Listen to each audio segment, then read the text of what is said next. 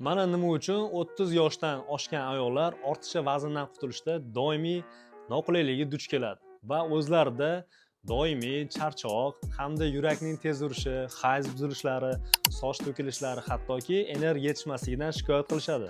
Bu holatda oddiy salat va suv iste'mol qilishsa ham vazn ortganini his qilishadi.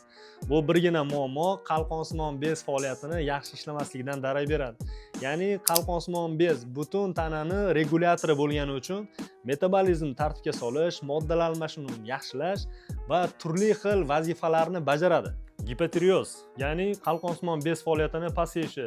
Siz har qancha ovqatni miqdorini kamaytirmang, sizda qalqonsimon bez faoliyati yaxshi ishlamasligi uchun metabolizm doimiy past bo'ladi va yog'lar erishi siz o'ylagandek tez bo'lmaydi.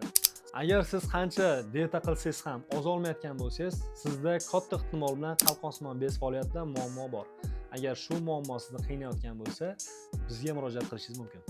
Agar ushbu videoda maksimal darajada aktiv bo'lsangiz, keyingi videolarda qalqonsimon bez faoliyatini yaxshilash uchun tabiiy usulni aytaman.